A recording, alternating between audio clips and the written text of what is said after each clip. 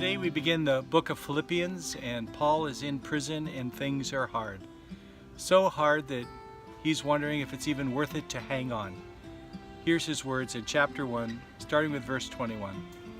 For to me to live is Christ and to die is gain. He said, whatever way this turns out, as hard as this all is, it's going to be a win if I go home to be with Jesus, and it's going to be a win if I can stay here with you.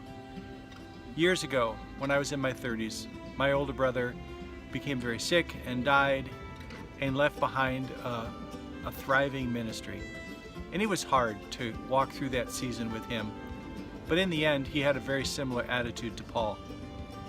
To go home and be with Jesus, that's what we're all working so hard to do. And yet, to be able to stay and continue a thriving ministry has great appeal as well. Let's see what Paul says. It says, if I am to live in the flesh, that means fruitful labor for me. In other words, it'll be good for me to stay and keep working hard, even as hard as it is for him in prison.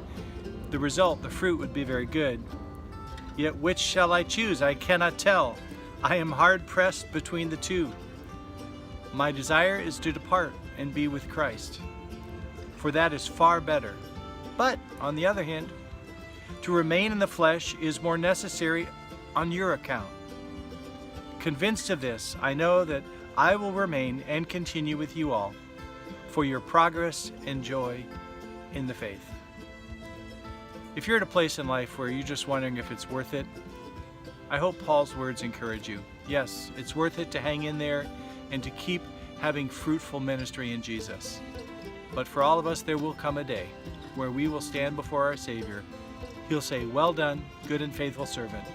And it will be worth all the hardship that we faced in this life. Be encouraged and strengthened by the Spirit today in Jesus.